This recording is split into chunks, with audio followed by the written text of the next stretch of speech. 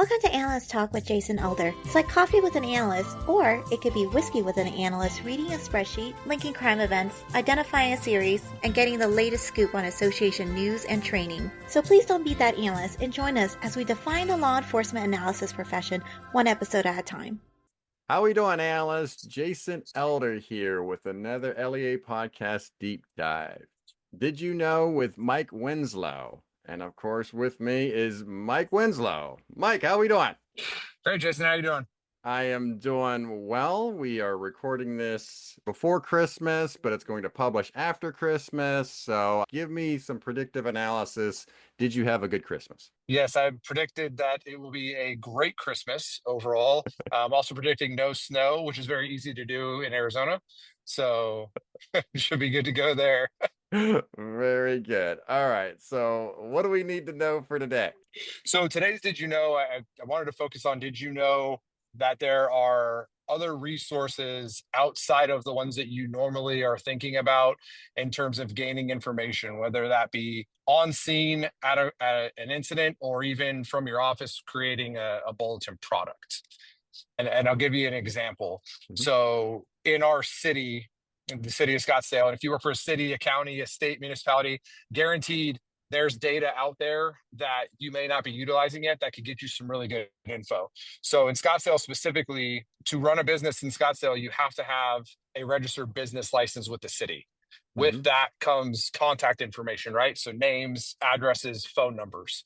Great resource there in terms of if you're trying to figure out who owns that business, if you were out on a scene and trying to figure out who the owner is. Similar, we have for short-term rentals. So for like Airbnbs and things of that nature, also have to be registered. There's actually a map on our city that you can go in and type in the address and click on the parcel and be able to see contact information for that person. So in Scottsdale, especially, we have a lot of those vacation rentals. So that can be a huge thing in terms of gaining types of info and things like that. And then outside of, say, maybe you don't have things in your city like that right now or that are available, even looking for resources within either businesses or within groups. So let's say you're putting together a bank robbery bulletin. A lot of people don't realize you can actually go onto the FDIC's website and download an Excel sheet that has all of the banks in the nation. You can break it down by state and then see which ones are actually in your jurisdiction. Now, it is important to note that that's going to just be your typical run-of-the-mill bank. You're not going to have credit unions. That's a different association. They do have that stuff available. Last time I had to do that, I actually had to send them an email. They didn't have it on their website. But finding those types of contacts could get you really easy data. So if I'm trying to map out the next bank robbery, I can already have a list ready to go to map out to have all of the banks I have within my city. Yeah, no, those are all really good. And in terms of just the city, some of these lookups with the city, is that something that you just have a relationship with them? There's a form to fill out? Is there a subpoena involved? So with that type of information, that's actually a really good question. It really is kind of building relationships. I have a really good relationship, and our unit does, with our city GIS. And those folks, if you have a city GIS and you haven't reached out and actually talked to them, do it. You might think mapping, but they're the Jedi masters. You are just a Padawan when it comes to the knowledge and data that they have, because they're mapping literally everything you can think of for a city. And they're doing that. And they're a wealth of knowledge. So they were able to actually get us some ArcGIS like layers that they already had for a lot of that stuff. So it's already done in maps. I didn't even have to put the data in. Yeah. And on top of that, they're usually, especially with the business licenses, those they have to reapply after certain amounts of time. So there's someone that's actually updating that. Obviously, if you're doing the banks, you're going to have to check and make sure that they're keeping that updated and that that's actually correct. Same thing with like businesses. In Arizona, we have a Arizona ORCA. It's an Organized Retail Crime Association. And there's a lot of really good relationships that we've built up with the loss prevention folks at a lot of the major businesses. Same thing. They have all of that info and could make that available. You can go on the websites and check like the locators when they can show you the maps, but like that's not going to be full on data that you could get out, but guaranteed someone within those companies has either a GIS analyst or someone that is doing some type of mapping or has that data that they can actually provide to you. And more layers means more information. 100%. Good, good. And it reminds me, this conversation reminds me when I was at Cincinnati Police Department, I discovered that Parks and Rec had their own database. Yep. And so they would have pictures of graffiti, or they would be maybe writing parking tickets, or they would be or writing a report on a vehicle would have a license plate. There would be some pretty good intel in that database that I got access to that could be searched. And that's a great point. The guaranteed your Parks and Rec people too are going to know the transients or frequent flyers that are coming to the parks and causing problems, because guaranteed they're contacting them a ton more than the police probably are. Yeah, yeah. And I mean, and I'm guessing that some of these just came to you out of need, right? Because you were either at a scene or you were assigned a case, and then you were like, oh, well, I'm dealing with this bank robbery. I need to know all the banks because I need to know the hunting grounds in case to try to know which one might be next. Is that basically out of need that's how you've been able to accumulate all these sources? Yeah, that's exactly how it was. And that bank one's a great example. We had a bank robbery series, and I was trying to figure out, okay, not only do I want to give the area or figure out these hunting grounds, how many banks are in those areas? I know the areas that are familiar with me that I drive around and things like that. But I just I wonder if instead of just going to, say, Wells Fargo and trying to see all their banks, well, I want to know all the other banks. And I thought, well, they're all FDIC insured. I bet you they have something. And I didn't even know. I figured I was going to have to contact somebody and go through that whole thing. But just to be able to dig through the website and go, oh, well, I can just download this myself. And I don't even have to contact anybody. It's even better. I mean, I get the data in Excel. Oh, wow. Exactly. It's like it was made. It's like they knew we were going to be coming for it. Oh, man. Yeah. So when you're on a crime scene, giving time of day, it's obviously, as you're thinking about this, what do you have access is going to be a website versus a person? Because obviously that at the time of day, that person may not be available to you. You're going to have to use what you got at the time. Exactly. And especially comes in handy on, like, say, example, the vacation rental one that I was talking about. If we had a shooting or something that occurred at that Airbnb, I could probably get the info eventually somehow through Airbnb, right? I could search through calls for service and see, okay, has the actual owner called anything in before that could tie it back there? I could check our county assessor's site to see who does it say owns this property. A lot of those owners that own those places that they're renting out may not even reside in our city, state, or country even more. So it's to have that available that I could go on scene and go, hey, here's the owner, because we probably need to call them because, oh, look, they have ring cams. We should probably get that video. And then they could call somebody right there and we could get the video rolling, and they could literally just text it to us or email it to us without us having to wait till the next day for somebody to get a hold of. Yeah. Everybody keeps data. Everybody's keeping data on something. They have a question. Even when they have answers. Yeah. Even when they're not trying, right? Yeah. Their data getting housed somewhere. You just got to figure out where to find it. Yeah. And I think you never know when it's going to be useful.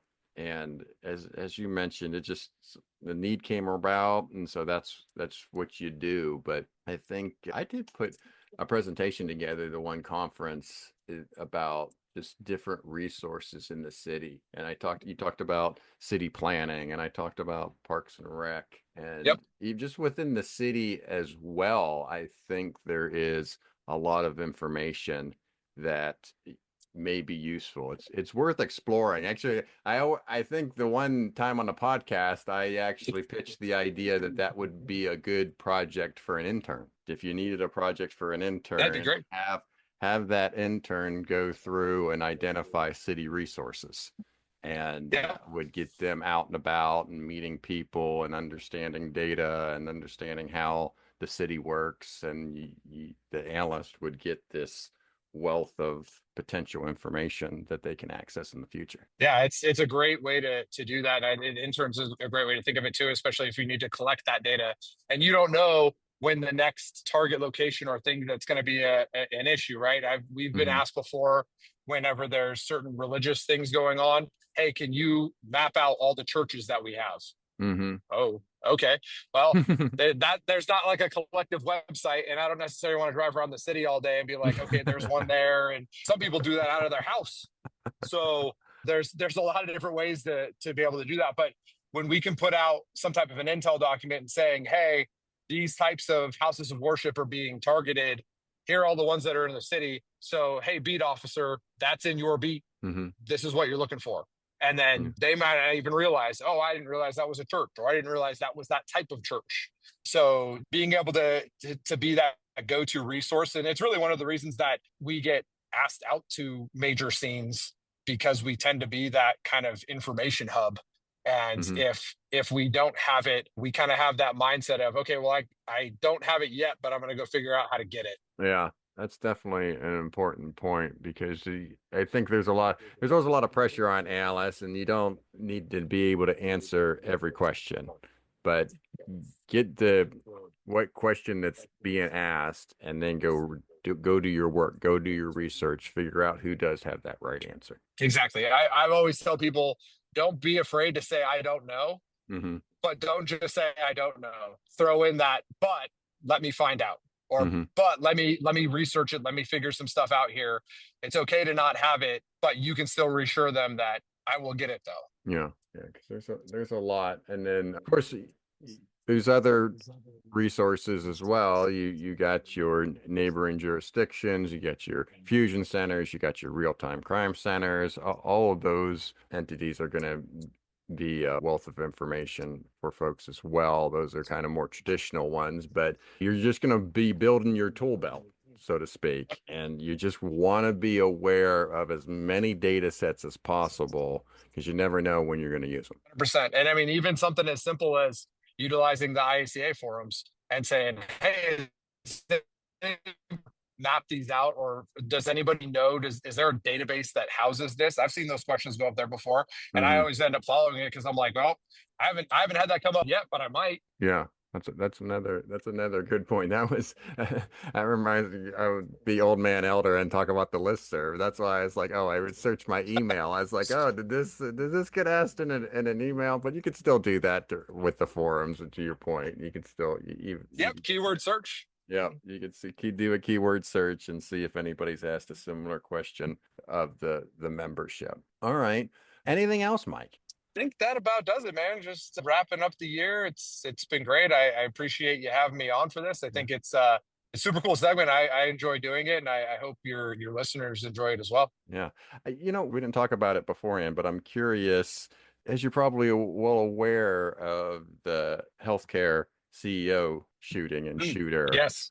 And how that was on camera. And I did have Nikki North on recently, and we talked about private cameras, getting real-time crime centers, getting access and having collaboration with private businesses to get good quality cameras in hotspots.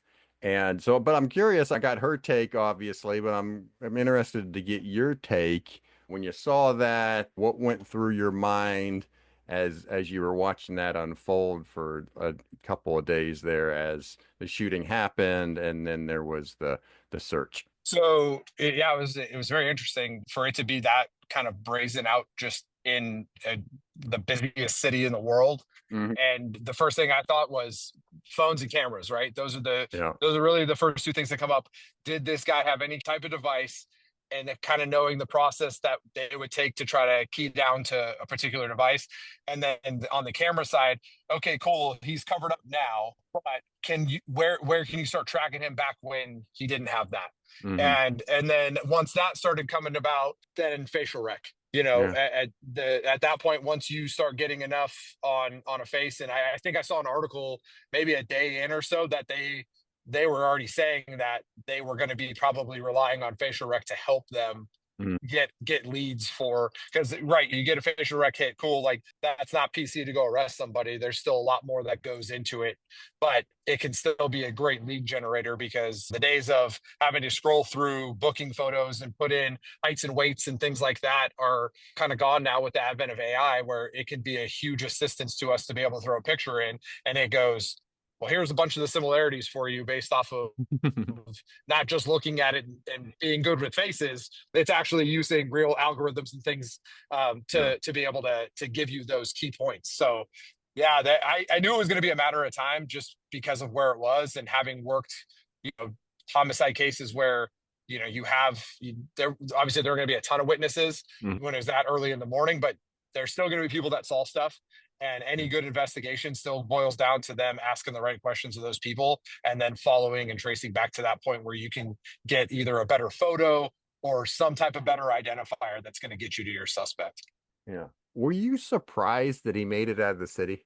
I was a little bit surprised, yeah, especially knowing how many, people, New York, the NYPD has a whole facial recognition unit and different things like that. Like, I figured that they were, between lockdowns and other things like that, that he for sure was not going to be getting far. I was definitely surprised he made it as far as he did. Yeah, that's what I am. Like, when there's like manhunt, for lack of better word, and you have so many people looking for one person, the longer they're out there without getting caught, the more impressed I am, because there's just so much information out there, and there's so many people looking for that person. In this case, the photos were everywhere, and it ended up being a McDonald's worker that recognized the suspect or the potential shooter, and that's how we got caught. We had a case like that a couple of years back where there was a suspect that we were trying to get a DNA sample of, who we were investigating for a sex assault, and he ended up shooting at our officers, ended up hitting one who, luckily he was okay. He got hit kind of in the leg, but he was able to get away because there was an event going on right at the apartment complex right outside, and he was able to get away that night. And we blasted out his photo and did all that. And it occurred in downtown Phoenix, so again, much more populated. And I'm thinking that the guy ditched his phone. He's not going to get very far, but he made it all the way to Tempe, which was a good 20 miles away from where that apartment was, and ended up he contacted an ex-girlfriend who, when she went into work that next morning, saw the news article and decided to call and say, hey, he's in my apartment right now. So there is something to be said for having the media blast that stuff out everywhere. And, because of course he didn't tell her what happened, as to why he was stumbling on her doorstep in the middle of the night. But yeah, I would not have guessed that guy would have got as far as he did either, especially without a phone, because nowadays it's really hard to get by without. So yeah, because it is really odd. I was thinking he could have covered up his entire face. Like, he could have been wearing sunglasses. I mean, or whatever it is. He could have had a total ski mask on. It's freezing in New York City. You could have got away with all that. And it seemed very calculated getting out of the city. I mean, I mean, he was just riding the bus. It seemed maybe back to his apartment. I don't know what his plans were. Maybe he didn't expect to get that far, and he was like, man, I thought I was going to get caught by now. Yeah, there's always that element. And I've noticed in all of our investigations, there's always that element of luck that comes in, and that luck being something that they didn't think about. Yeah. And there's always going to be something, right? You can't think of every single thing. And especially when you're trying to calculate that kind of stuff out, there's variables that you just can't control. And I don't know if he was just kind of thinking that he was going to get caught right away, and then kind of just ran out of juice and was like, well, I guess I'll go get breakfast at McDonald's and see what's up. Like, I don't know. I wonder if, like, the Netflix documentaries are like ambulance chasers now. Like, they're just like, oh, this is going to be a good story. I need to get in on day one of this story and track it for the next year until it plays itself out, and then create all this footage and have it be the next great Netflix documentary. Yeah, dude, they're like the new Dateline. Like, they have like everything on there now, like anything you could think of. Absolutely, and it's good quality stuff too. They're very well done. All right, very good deal. I basically did the same thing with Nikki, and it is interesting to see the different perspectives. Perfect. Yeah, you mentioned on her thing, we actually have a program through the city where businesses can sign up. It's called Camera Eyes, but they basically sign up and say, yep, I have cameras on my property. Here's my contact information. So then when we go do the canvases, we don't have to sit there and leave a business card and hope for them to call us back. Like, we can contact them right away and go, hey, you said you have cameras, here's what we need. And then we bring our digital forensics folks out on those canvases most of the time. Instead of them going, hey, we'll send you a link at evidence.com so you can drop the video, they go, well, hey, if we can have it, like, we got guys here that literally can get into any type of file and they'll just grab it right now. And then that way we have it, it's a hard file, and then we're not waiting, because there's so many people where it's like, oh yeah, I'll send it to you. And then we got to go back and be like, hey, still need that video. And, nowadays with body cams, our guys will record it like when they're watching it on the screen, and that's all fine and good, but then they don't go back and get the actual video or make arrangements for it. And then I'll go back at it later and they're like, oh, hey, can you run facial rec on that? The video's in there, and I go look it up, and it's like, it's a recording of a recording, and how great that is. And I'm like, dude, I can see your hand, like, it's over the guy's face from the reflection. I was like, that's not gonna work. Like, she was talking about this program with her city in which they will give the camera to the business. Oh, cool. And they will said that they'll get that, and they obviously, the police obviously get access to all that data, all the video that's coming out of there, and then the business can get a discount on their insurance, right? Oh yeah, we had a good relationship with our mall with that, where in our dispatch they had a terminal where they could actually tap in, and they had some really good cameras at that mall.